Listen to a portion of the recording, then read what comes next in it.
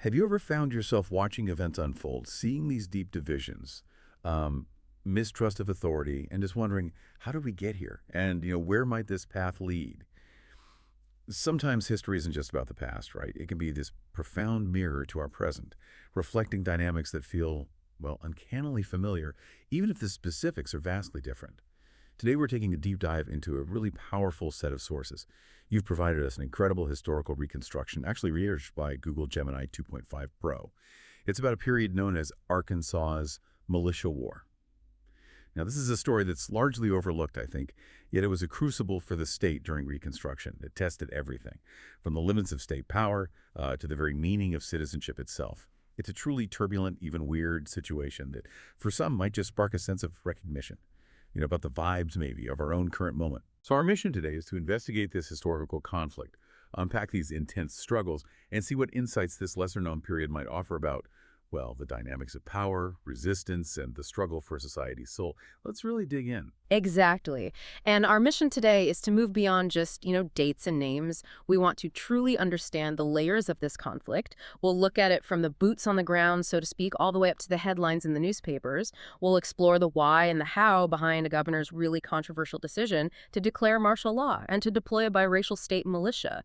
And crucially, what the long-term consequences were. This isn't just some historical anecdote. It's about the raw human and political struggle for control and how those struggles, for identity and authority can echo through generations. Okay, let's unpack this then. We're talking about Reconstruction, the tumultuous era right after the Civil War. It's often painted with really broad strokes, doesn't it? But your sources really zoom in on one state, Arkansas, specifically in the winter of 1868, 1869. And they reveal a period of, well, near open combat. That just paints a picture of extreme volatility. Indeed, it was intensely volatile. Right. This wasn't merely political disagreement. This was a direct clash. You had the newly installed Republican government of Governor Powell Clayton on one side, and on the other, a formidable, violent insurgency spearheaded by the Ku Klux Klan and its allies within the conservative Democratic establishment. The stakes just couldn't have been higher. We're talking about the very future of Arkansas, the meaning of the Civil War's outcome for both black and white citizens, and really the fundamental question of who would hold power and define citizenship in the post-slavery South. It was a true struggle for the state's very soul, a moment where the entire fabric of civil society felt like it was on the verge of just unraveling. Right. So to fully grasp Governor Clayton's decision, his big move to declare martial law, let's first set the scene. What was the actual situation on the ground before martial law even became an option? Your sources call it a tinderbox, a state of undeclared civil war. What exactly was igniting this fire? What were the foundational changes happening that set the stage for such widespread chaos? Well, what's fascinating here is how quickly the political landscape shifted, and that created immediate and profound tension, which really ignited this fire. The foundational change came with the Arkansas Constitution of 1868. Now, this wasn't just any new document. It was pretty revolutionary. A charter mandated by the Congressional Reconstruction Acts. Its most significant provisions were, 1, granting suffrage and full citizenship rights to African-American men for the first time in state history. That fundamentally altered the electorate, the balance of power. But simultaneously, and this is absolutely key to understanding the backlash, it disenfranchised a substantial number of ex-Confederates. These were men who couldn't honestly take the ironclad oath, a sworn pledge of past loyalty to the Union, which by definition excluded almost anyone who had actively supported the Confederacy.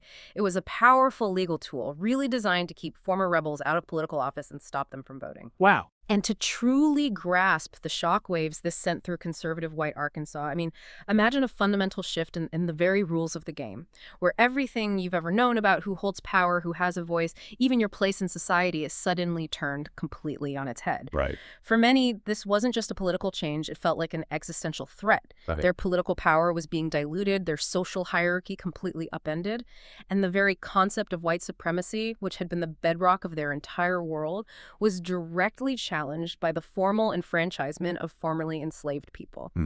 It felt like a direct repudiation of everything they believed defined their society, their history, their future. It created this deeply, deeply combustible environment. And this next point seems particularly crucial to understanding the whole picture here. Just 1 month after black men voted under this new constitution, the Ku Klux Klan emerged in Arkansas. They came fresh from Tennessee, right? So with this new political reality taking hold, What was the Klan's agenda? What did they aim to achieve by establishing themselves so quickly, so aggressively in the state? The Klan's objective was, well, unambiguously and brutally simple: use terror. Use terror to reverse the political outcomes of the Civil War and crush this new constitutional order. Their primary strategic goal in 1868 was to undermine the Republican vote in the upcoming November 3rd presidential election. That's when Ulysses S. Grant was running, the standard bearer for congressional Reconstruction. For them, this wasn't just about winning an election. It was about nullifying the very idea of a biracial democracy and reestablishing white conservative control through any means necessary. Right. And what were the concrete tactics the Klan employed to achieve these goals? And who were their primary targets in this reign of terror that Governor Clayton later described so starkly? Their tactics were designed to be terrifying, systematic, and incredibly effective at sowing fear. I mean, they engaged in nocturnal raids on homes, brutal whippings, disarming freedmen to strip them of any means of self-defense, burning black schools and churches, anything that represented progress, and, of course, murder. Just terrific. And the violence wasn't random or haphazard. It was surgically targeted at the pillars of the new Republican coalition and the emergent Black community. So that meant African American voters who were now legally enfranchised. It meant white Unionists, whom they scornfully called scalawags or traitors for supporting the Republican cause. And it also meant agents of the Federal Freedmen's Bureau, who were there specifically to protect and aid the formerly enslaved. It was a calculated campaign to crush the new order by eliminating its supporters and any visible signs of Black advancement or political participation. So it wasn't just random violence at all. It sounds like a highly targeted, almost strategic campaign to dismantle the very foundations of the new government. What does that tell us maybe about the nature of insurgencies that aim to reverse political change? Precisely. This systematic targeting, it highlights a chillingly effective strategy you see across many historical insurgencies. You don't just fight the army, you dismantle the support system. You sow fear among the populace meant to benefit from the new order, and you eliminate those who embody its legitimacy. It's a pattern that shows how deeply intertwined political change and violent resistance can become. The battle isn't just for territory, but for the very will of the people and the legitimacy of the government itself.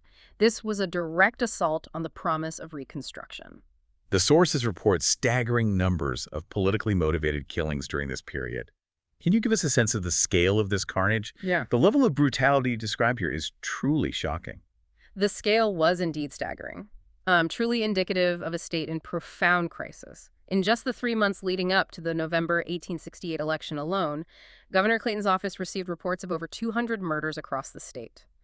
Some sources, even more chillingly, place the total number of politically motivated killings in Arkansas connected to that election as high as 2,000. 2,000? Good grief. And these weren't just anonymous victims. Prominent Republican leaders were targeted. Perhaps the most shocking was the assassination of Republican Congressman James M. Hines in Monroe County. He was ambushed and murdered in broad daylight. That sent shockwaves through the state, and the nation, actually. It underscored that this was not merely crime, but outright political terrorism aimed at decapitating the new government. And where was this happening most intensely? This violence was particularly concentrated in the southern and eastern counties of Arkansas, and this wasn't by chance. These were the areas with large populations of formerly enslaved people. They represented a burgeoning bloc of potential Republican voters. The Klan strategy was explicitly to suppress this vote through fear, intimidation, and ultimately murder, to ensure that the demographic shift empowered by the new Constitution never translated into actual political power for African Americans. To really grasp the horror of this reign of terror, your sources bring up a specific, quite grotesque incident. The Dollar Reeves murders in Drew County. What exactly happened there, and what made this particular event so significant beyond just the immediate brutality? The Dollar Reeves murders in October 1868 serve as this visceral, horrifying example of the Klan's methods and messaging, designed not just to kill, but to send an unmistakable, terrifying message. William J. Dollar was a white deputy sheriff, a known Republican loyalist. Fed Reeves was an African-American man described simply as unoffending, sort of an ordinary citizen caught in this extraordinary violence. According to accounts, a gang of about 14 Klansmen abducted the two men from a house. They were taken about 300 yards away and just cut down in a hail of gunfire. Oh my God. But the brutality didn't end with their deaths. What followed was this calculated, symbolic act of terror. Governor Clayton recounted in his memoirs that the murderers staged the bodies. They tied the white man and the black man together in the attitude of kissing and embracing, and left them in the public road where they remained for about 2 days. 2 days. Out in public. Yes. This wasn't just murder. It was a profound act of political messaging, a visceral warning to the entire community about the deadly consequences of interracial political cooperation. It was a physical manifestation of the conservative white belief that republicanism was this unnatural, even perverse union between white traitors and black citizens. The psychological impact of such a public display, leaving bodies for days, it was immense, meant to instill paralyzing fear and prevent any future cooperation across racial lines. And how did local authorities respond to such a public, horrific act? You mentioned this was a critical factor for Clayton's later decisions. Was there any justice, or was it just widespread paralysis? The response from local government in Drew County was emblematic of the statewide crisis. Profound paralysis. Despite the public display of the bodies, the sheer terror it inflicted. The civil authorities proved completely ineffective. Weeks after the killings, the local newspaper, the Monticello Guardian, reported, quote, no clues as to the identity of the murderers. No clues. After leaving them in the road for 2 days? Exactly. A deputy sheriff did arrest one man, but he was quickly released as innocent, apparently offered no substantive defense. This demonstrated a systemic failure of the justice system. Local sheriffs and courts were either too intimidated by the Klan to act, or in many cases were actually complicit in its aims, sympathizing with the goals of white supremacy. This widespread paralysis gave Governor Clayton a powerful, undeniable argument that civil government had essentially collapsed in these regions, creating a dangerous vacuum that only executive military power could hope to fill. So faced with this overwhelming insurgency, civil authority crumbling, politically motivated violence rampant, what did Governor Clayton do before even declaring martial law? He couldn't just stand by, could he, as the state descended further into this undeclared civil war? No, he couldn't. Clayton recognized the dire situation for what it was, a coordinated rebellion, not just isolated crimes. Faced with this systemic failure and the direct assault on the electoral process, he took drastic preemptive measures. Knowing that the Klan's campaign of intimidation had already made a fair and free election impossible in many areas, he made the audacious, very controversial step of rejecting voter registration in 12 counties, right before the polls opened for the November 3rd presidential election. Wow, okay, so he basically canceled the election in those places. Effectively, yes. It was a clear signal of his willingness to use the full, and some might argue, extra-constitutional powers of his office to combat the Klan and ensure the election's outcome wasn't simply dictated by terror. Then, in a detailed address to the Arkansas General Assembly on November 26, 1868, Clayton laid out his case. It was unassailable, really. He detailed a dark catalog of crimes that justified his actions and his growing alarm. He cited specific examples beyond just Dollar Reeves. The lynching of Moses Dean and his wife in Ashley County, another freedman shot while hauling cotton, a Union man named Hicks killed in Columbia County, multiple freedmen murdered in Lafayette County.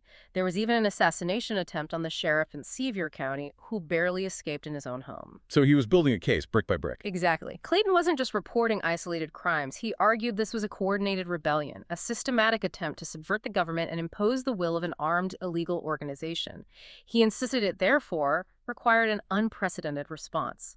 The stage was unequivocally set for martial law. And that unprecedented response came swiftly then. November 4th, 1868, the day after that tumultuous presidential election, Governor Clayton made his pivotal move. He declared martial law. What was his legal justification for such an extreme measure? And what was the message he was sending, both to the insurgents and, the citizens of Arkansas? Clayton's proclamation was, in essence, a formal declaration of war against the state's insurgents. His legal justification hinged entirely on the dire state of affairs.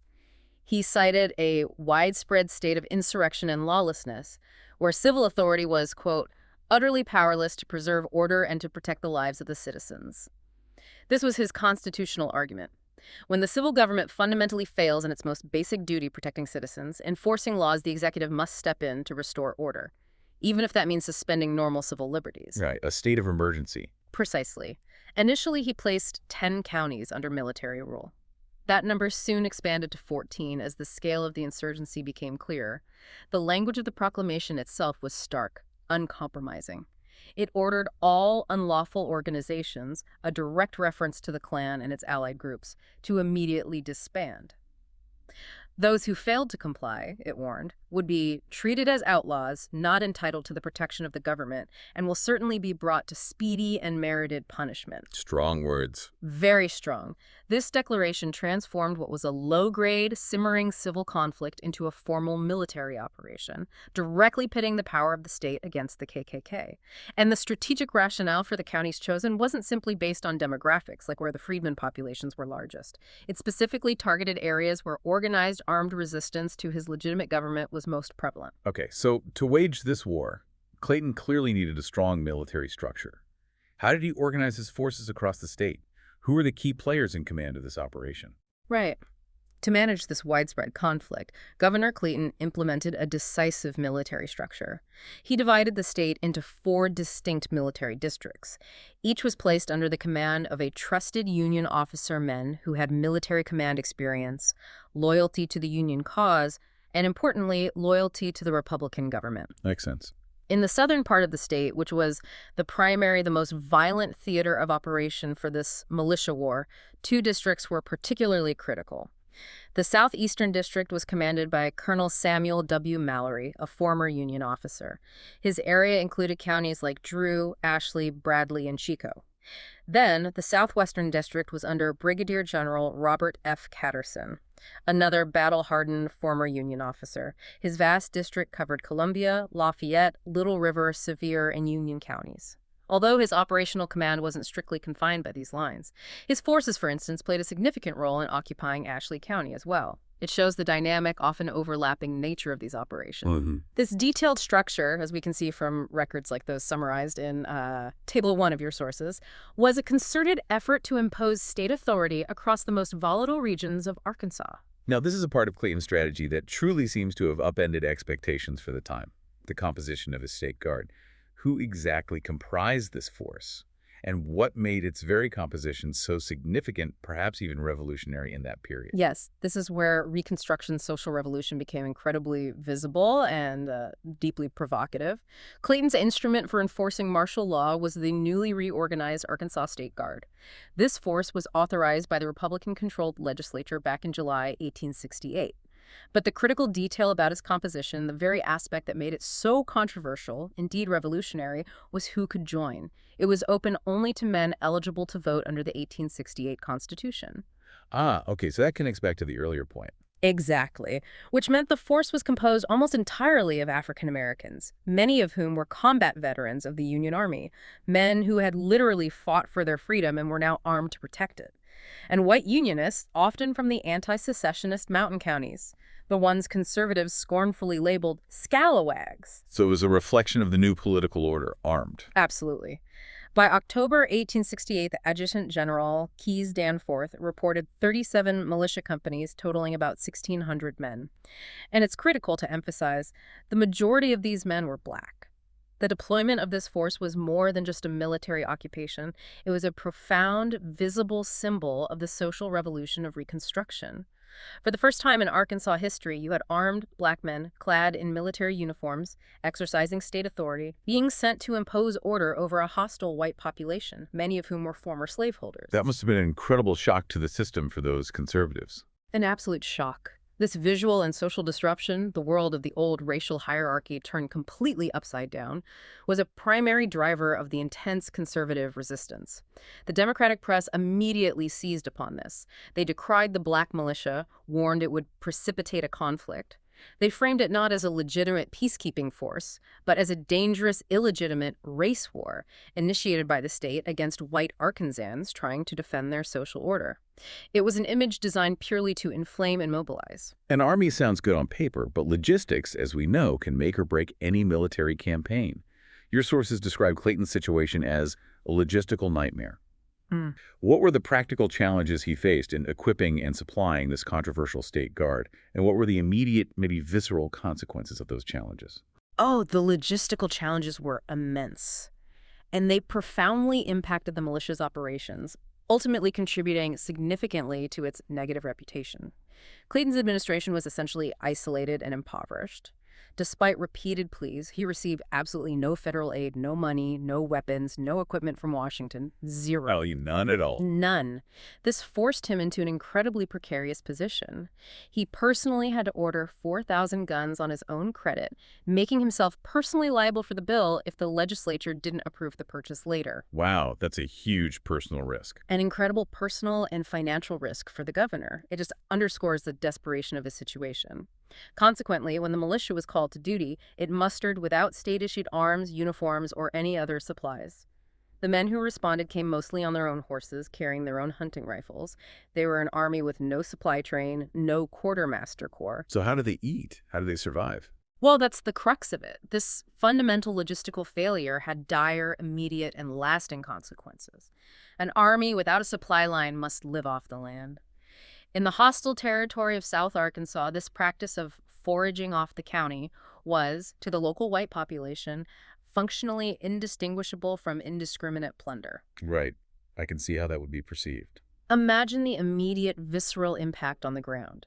A farmer, maybe barely rebuilding his life after the devastation of the Civil War, suddenly finds his crops, his livestock, maybe even his family's meager possessions, taken by armed men who are ostensibly there to protect the state. Even if these acts were born of sheer necessity, the militia quite literally starving for that farmer, it wasn't about grand strategy. It was about his livelihood being destroyed, his security shattered, his beliefs about property violated. This blurred line between foraging for survival and outright plunder became this deeply emotional and political dividing line. It fueled intense resentment and provided endless ammunition for newspapers like the Gazette. They seized on every incident, regardless of its cause, to paint the entire operation as utterly corrupt and oppressive, designed to terrorize the white population. It completely undermined any moral authority the state militia might have hoped to wield. This wasn't just bad PR, it was a fundamental breakdown of trust that permeated every level of society and ensured that even a military success would ultimately be a political catastrophe. Okay, let's zoom in then on how this actually played out in specific counties, because the sources suggest it wasn't a uniform experience across the board, right? Ashley County, with its significant plantation economy, sounds like it was a real hotbed of conservative resistance. What was the militia's experience there? What happened when they went in? Ashley County was indeed a prime example of a hotbed of conservative resistance, with nearly 44% of its population having been enslaved back in 1860. It was a vital center of the plantation economy, and consequently a staunch bastion of white conservative opposition to Reconstruction. Governor Clayton had specifically cited the brutal lynching of Moses Dean and his wife in Ashley County as one of the atrocities that directly led him to declare martial law. So it was marked as a key target for pacification. Right, he mentioned them in his speech. Exactly. Militia forces, operating under the broader command of General Catterson, moved into the county to impose state authority. Now, while comprehensive details of the occupation are a bit sparse in general historical accounts, what we do know suggests active engagement and confrontation. State forces made several arrests in Hamburg, which was the county seat. That indicates efforts to apprehend suspected Klansmen or those disrupting order. Militia units also found evidence of an attack on the Hamburg courthouse, which points to continued attempts by the Klan or its sympathizers to disrupt the county government and civil institutions, even in the face of military occupation. This wasn't a county that just passively accepted the new order. It was a deeply contested space. And there's a specific incident mentioned in the sources, the robbery of Abner W. Files. Who was he, and why was this particular act significant beyond just the loss of property? Especially thinking about that war of words we just discussed. Right. The robbery of Abner W. Files, a prominent merchant in Hamburg, is one of the most specific and illuminating incidents to emerge from the occupation of Ashley County. A dispatch from Camden, Arkansas, was reprinted in papers as far away as Georgia, and it plainly reported that the militia robbed Mr. A.W. Files, a merchant of Hamburg. But Files was more than just a merchant. He was a significant figure in the community, the founder of the local newspaper, the Ashley County Times, and later elected Arkansas State Auditor. Ah, the newspaper founder. That's key. Exactly. In a conflict fought as much in the press as in the field, where narratives were as important as bullets, targeting a newspaper editor was a strategically charged act. While the militia desperately needed supplies and may have simply seen this as foraging, an act of force against a man who controlled a local source of information also served to intimidate. potentially silencing a prominent voice of opposition. It really highlights how the militia's logistical needs and their political objectives could easily merge, further inflaming local resentment and providing tangible proof for the anti-militia narrative. Mm-hmm. You can see how that would play out. Imagine being a local resident, seeing these events unfold, an armed, largely black state militia seen as an occupying force, engaged in these kinds of actions against a prominent white citizen. What impact would this have on your perception of the entire operation and the government behind it? It would be deeply polarizing, wouldn't it? And likely reinforce existing prejudices. We also know, as you mentioned, that Sebastian Geisreiter, a federal Freedmen's Bureau agent, was present in Hamburg through December 1868, tasked with observing the occupation's impact on the very population it was meant to protect. His presence, as we'll discuss, adds another layer to this complex picture. Now, Drew County, the site of those horrific Dollarese murders we talked about, took a remarkably different path, almost a model of de-escalation, it seems. Your sources suggest a model of co-optation. What made its experience so unique compared to Ashley County, which saw so much direct confrontation? Drew County's experience offers a crucial counter-narrative to the violent confrontations witnessed elsewhere. It provides a fascinating glimpse into how local dynamics could sometimes diverge from the broader conflict. So, following the Dollar Reeves murders, Governor Clayton dispatched 3 companies of African-American troops under Colonel Samuel W. Mallory to occupy the county seat, Monticello. However, the arrival of these armed black soldiers prompted a unique and remarkably pragmatic response from the local white leadership. What did they do? Instead of armed resistance or outright defiance, a delegation of 4 prominent Drew County citizens men of influence and standing in the community traveled directly to Little Rock to negotiate directly with Governor Clayton. They made an extraordinary, really unconventional offer. If Clayton would withdraw the state militia, they would take responsibility for maintaining order. They proposed forming a bipartisan home guard composed of local citizens. A home guard, made up of locals, including conservatives. Exactly. Clayton, perhaps seeing an opportunity to achieve his goals restoring order, punishing the Klan without a protracted and bloody conflict, agreed. Colonel Mallory's troops were ordered to withdraw to Pine Bluff, though their departure wasn't entirely peaceful. They were accused of looting some houses on their way out, which, again, highlights the persistent disciplinary problems and supply issues of the ill-equipped militia. But the agreement held. And this Drew County Home Guard actually achieved some level of justice in the Dollar Reeves case. Can you elaborate on its effectiveness and what it accomplished, especially given the earlier paralysis of local authorities?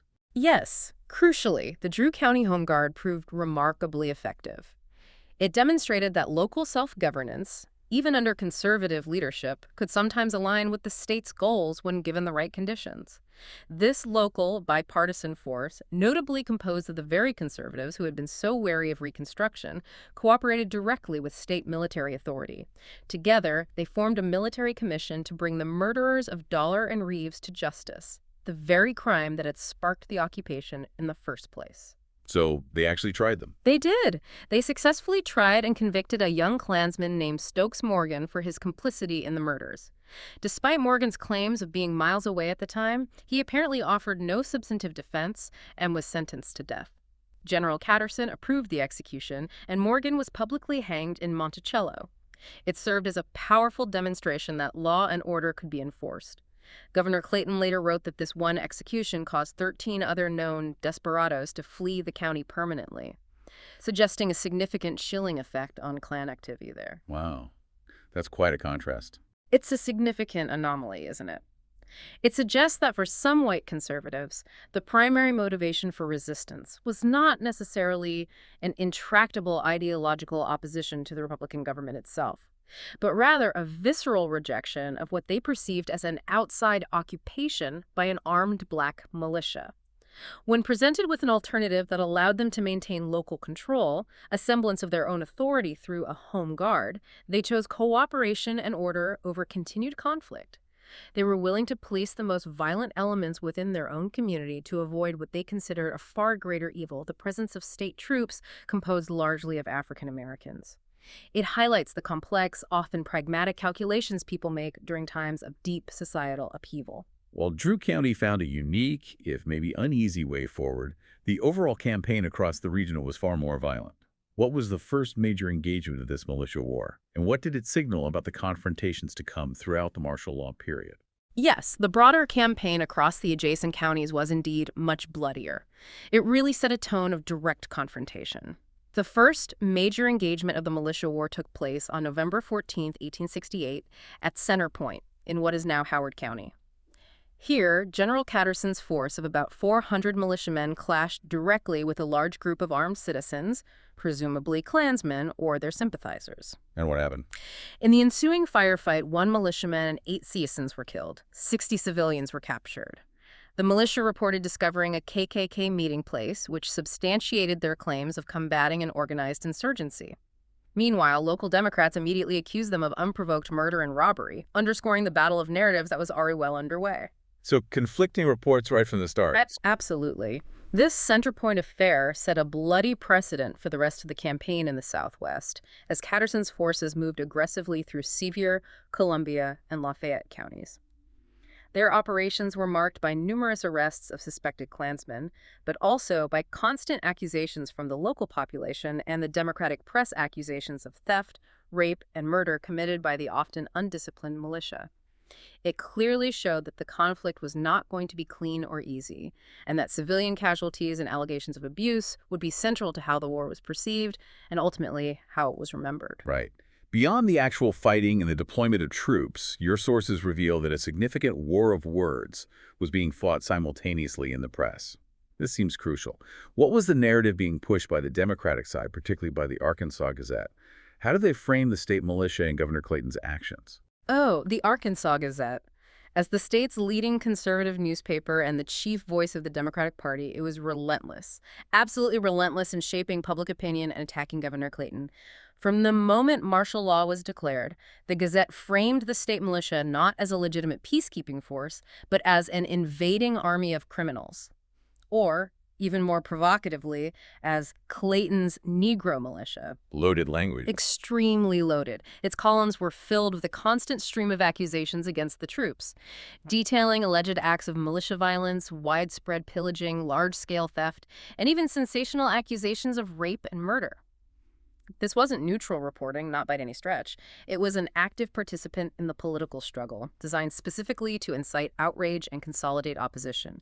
Governor Clayton himself asserted that one of the paper's proprietors was an active member of the Ku Klux Klan in Little Rock, which highlights the paper's deep partisan bias. A Klan member running the paper. That was Clayton's assertion.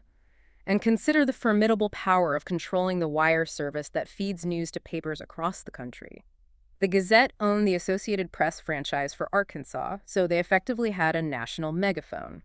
This ensured that the image of Clayton's biracial militia as a tyrannical, lawless force, a symbol of black rule and corruption, was broadcast far beyond Arkansas's borders. That's huge. It shapes the national perception. Absolutely. It deeply influenced how Reconstruction, and indeed the entire Southern question, was perceived nationally. It made it harder for federal support to materialize, and it cemented a narrative that justified future disenfranchisement. For a white conservative citizen in places like Hamburg or Monticello, whose primary source of information was the Gazette or a like-minded local paper, the militia's presence was depicted as an unmitigated disaster. It was portrayed as tyrannical imposition of black rule, characterized by lawlessness and oppression. Every act of foraging by a hungry militiaman was portrayed as wanton robbery. Every arrest of a suspected Klansman was depicted as the persecution of an innocent citizen. It was a narrative designed purely to evoke strong emotional responses and fuel lasting resentment. And on the other side, how did the Republican press, specifically the Morning Republican, counter this incredibly damaging narrative? Right. Did they try to tell a different story about Clayton's actions in the militia, or were they just overwhelmed? Oh, absolutely, they countered it. The Morning Republican, also published in Little Rock, served as the official organ of the Republican administration and the unapologetic mouthpiece of the party. Its editor, John G. Price, was a key figure in the Republican establishment. He served in prominent roles like Secretary of the 1868 Constitutional Convention and Speaker of the House. His paper was dedicated to presenting a starkly different picture. Okay, so what was their take? Well, while specific articles from the Morning Republican directly covering this period aren't detailed in our compiled research, its editorial stance can be reliably inferred from its political allegiance and its mission. The paper would have vigorously defended Governor Clayton's declaration of martial law as a necessary, entirely constitutional response to a violent rebellion. A rebellion threatening to overthrow the legitimate state government and undo the hard-won results of the Civil War.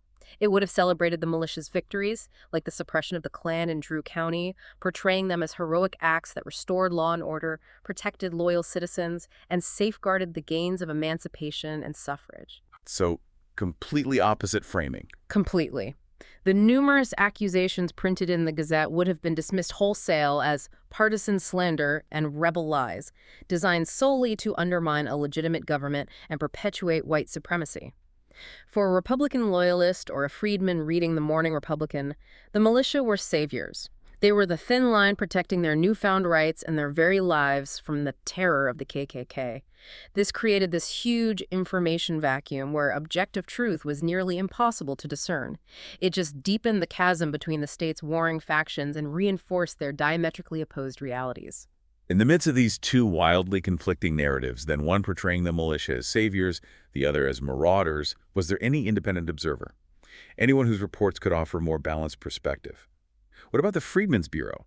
They were active in the South during Reconstruction, weren't they? Yes, that's a really important question. One that often plagues our understanding of history.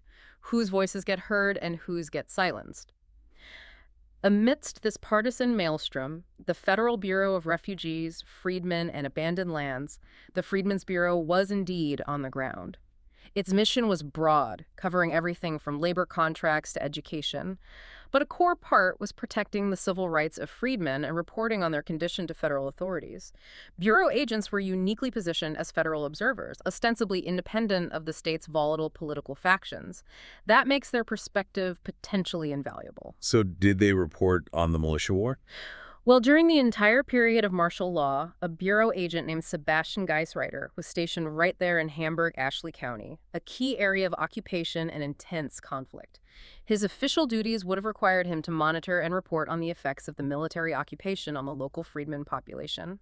His reports, sent up the chain to the Assistant Commissioner for Arkansas and Little Rock, could have answered some of the most critical, unresolved questions of the conflict. Like what? Like, did the state militia abuse the black citizens it was supposed to be protecting? Or did they largely uphold their mission? Did the presence of troops actually lead to greater security and freedom for African Americans in Ashley County? Or did it simply replace the terror of the Klan with the terror of an undisciplined army? His observations could have offered a glimpse into the lived experience of the most vulnerable population caught right in the middle. So what did his report say? Well, this is the frustrating part. Unfortunately, the specific reports filed by Agent Geisreiter from November 1868 to February 1869 are not available in the currently accessible research material. They're missing. Their absence from the National Archives represents a significant historical silence.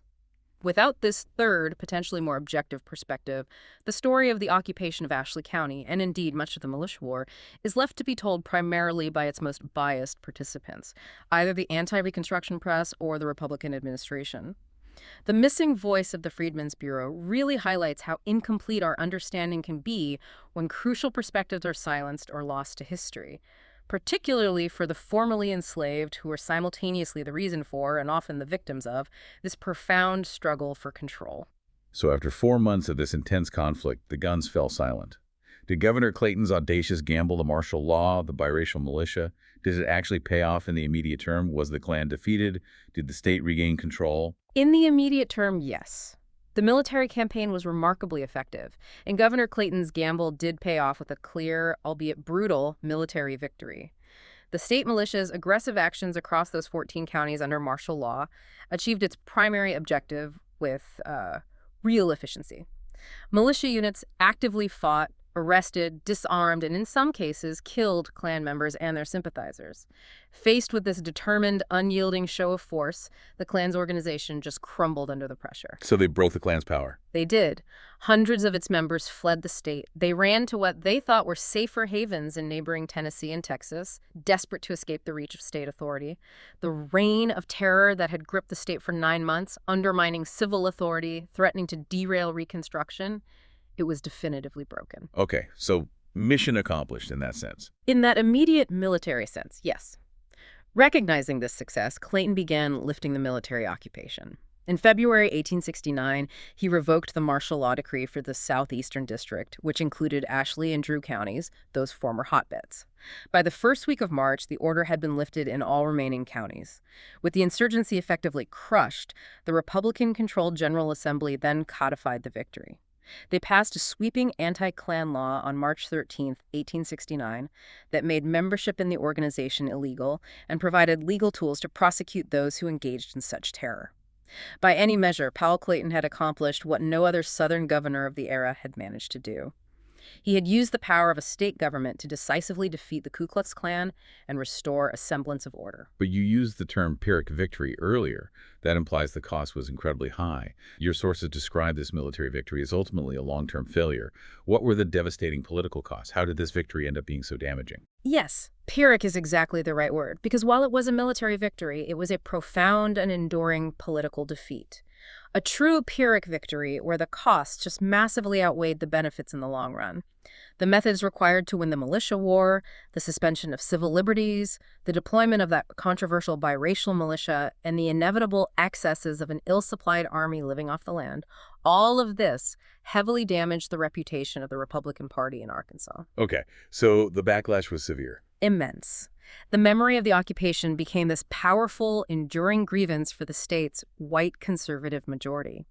The narrative of Clayton's militia, relentlessly promoted by the Arkansas Gazette and echoed nationwide, became shorthand for Republican tyranny, corruption, and what they derisively called black rule, a system of illegitimate government enforced by an oppressive, racially integrated army. And that narrative stuck. It stuck hard. This bitterness, the grievances it spawned, provided political cannon fodder for Democratic politicians for decades to come. The scars ran incredibly deep. As late as 1905, nearly 40 years after the fact, then Governor Jeff Davis publicly refused to attend a luncheon with President Theodore Roosevelt simply because it would mean sharing a table with the elderly Powell Clayton. 40 years later, still holding that grudge. Still holding that grudge. Davis blamed Clayton for the death of his aunt during the conflict. The Militia War became a foundational myth for the Democratic Party in Arkansas, a cautionary tale of the horrors of what they vehemently termed radical Reconstruction, a period seen by many white Southerners as this oppressive federal overreach, imposing policies like black suffrage and military occupation.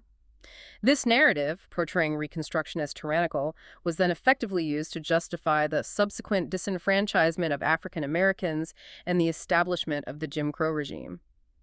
Clayton undoubtedly achieved his immediate goal of crushing the Klan, but the way he did it solidified a narrative of oppression that would fuel white conservative political action for generations, ensuring that his victory would be remembered by many, maybe most, white Arkansans as a symbol of tyranny. Given how effectively Clayton crushed the Klan, though, were there any alternative strategies he could have employed? Or was he truly in an impossible situation where any victory would inevitably carry these crippling political costs? It sounds like he was damned if he did, damned if he didn't. That's precisely the dilemma, isn't it? It's really difficult to identify a clear, viable alternative for Clayton that would have achieved the same immediate results without incurring significant political backlash. The civil government had utterly collapsed. Local authorities were either complicit or paralyzed. Federal troops were largely absent or unwilling to intervene on the scale required. To do nothing would have been to allow the Klan to entirely subvert the democratic process, effectively seize control of vast swathes of the state, which likely would have led to even greater violence against black citizens and unionists. So in that immediate crisis, he faced a brutal choice. A rock and a hard place. Absolutely. His actions were decisive and effective militarily, no question. However, the political reality was that any deployment of armed black men against a white population, however justified, was seen by many white conservatives as an intolerable inversion of the social order. The logistical failures and the subsequent foraging just compounded this, giving tangible evidence to the narrative of a lawless, oppressive force. Perhaps maybe a more robust federal presence or a better supplied and more disciplined state militia could have mitigated some of the excesses. But the fundamental tension, the enforcement of a new biracial order against a deeply entrenched white supremacist one, was always going to be explosive. It highlights that sometimes even necessary actions can have devastating long-term political costs when they challenge deeply held societal norms and power structures. So what did this all mean for the future of Reconstruction and civil rights in Arkansas?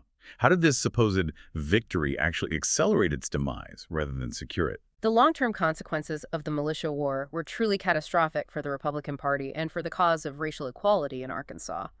The ripples lasted for nearly a century. The conflict exacerbated the deep factionalism within the Republican Party itself. It contributed to these deep internal power struggles, like the violent factional conflict known as the Brooks-Baxter War of 1874. The Brooks-Baxter War. What was that? It was an armed dispute over the governorship. You had two rival Republican claimants literally battling for control of the state house. It tore the party apart and completely discredited it in the eyes of many. Meanwhile, the Democrats, galvanized by their opposition to Clayton's perceived dictatorship, successfully mobilized the white electorate around a platform of redeeming the state from radical Republican rule. In 1874, they swept the Republicans from power in what became known as the Redemption of Arkansas. Redemption. That's quite a loaded term. Very loaded. And their first order of business was to systematically dismantle the machinery of Reconstruction. They immediately called a new constitutional convention. They drafted the Constitution of 1874, a document specifically designed to ensure white democratic supremacy. It severely limited the power of the governor, stripping the office of much of the authority Clayton had wielded, and crucially, it created mechanisms like the poll tax to effectively disenfranchise black voters, rolling back the fundamental gains of the 1868 Constitution. So they locked in their control. They locked it in tight. This constitution would remain the law of the land for nearly a century, cementing one-party Democratic rule in Arkansas until the civil rights era of the 1960s. And in a final symbolic act of retribution, the new Democratic legislature of 1879 passed a law, over the governor's veto, to abolish the office of the state adjutant general. Why that office? The purpose was explicit: to eliminate the office responsible for organizing the very biracial militia that had enforced the will of the Republican government just a decade earlier. Ultimately, Clayton won the war in 1869, but in doing so, he lost the peace. By so effectively, and some would say, ruthlessly deploying the tools of radical Reconstruction, he inadvertently confirmed the worst fears of the white conservative population. He proved to them that the Republican regime was an illegitimate revolutionary force that had to be overthrown at any cost. This brief, violent, and militarily successful war to save Reconstruction in Arkansas directly created the political conditions for its permanent and total demise, ushering in an era of white supremacy and disenfranchisement that would define the state for generations. #tag outro. Wow.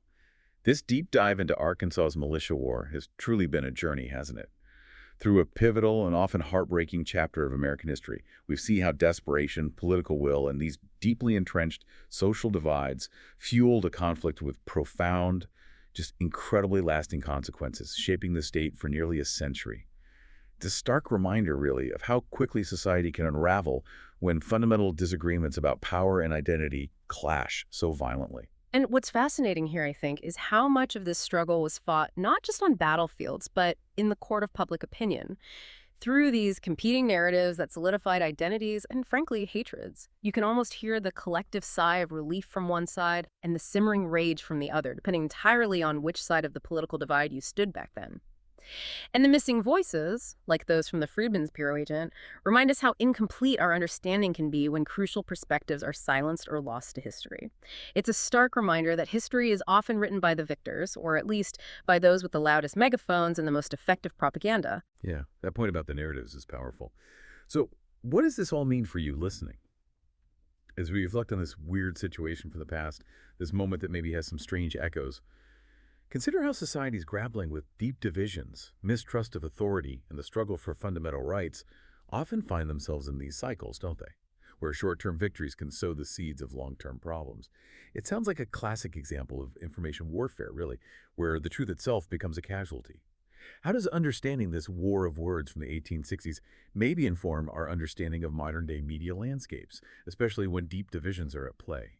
What are the echoes you hear? Not necessarily in specific events, but in the underlying dynamics of how societies respond to perceived threats and how power once gained can be used to reshape the future for generations. That raises such an important question, doesn't it? When the pursuit of order, even with what seems like good intentions, ignites such fierce resistance and creates such a potent narrative of grievance. How do leaders navigate that path? How do they achieve necessary goals without inadvertently ensuring the very outcomes they sought to prevent? It forces us to think about the long game, doesn't it? In political and social change, and the lasting impact of choices made in moments of extreme crisis. It definitely leaves you with a lot to think about, doesn't it? Mm. We hope this deep dive encourages you to look a little closer at the nuances of history, maybe question how narratives are formed, and consider the long-term impact of choices made in moments of crisis. This has been a deeply illuminating deep dive into the source material.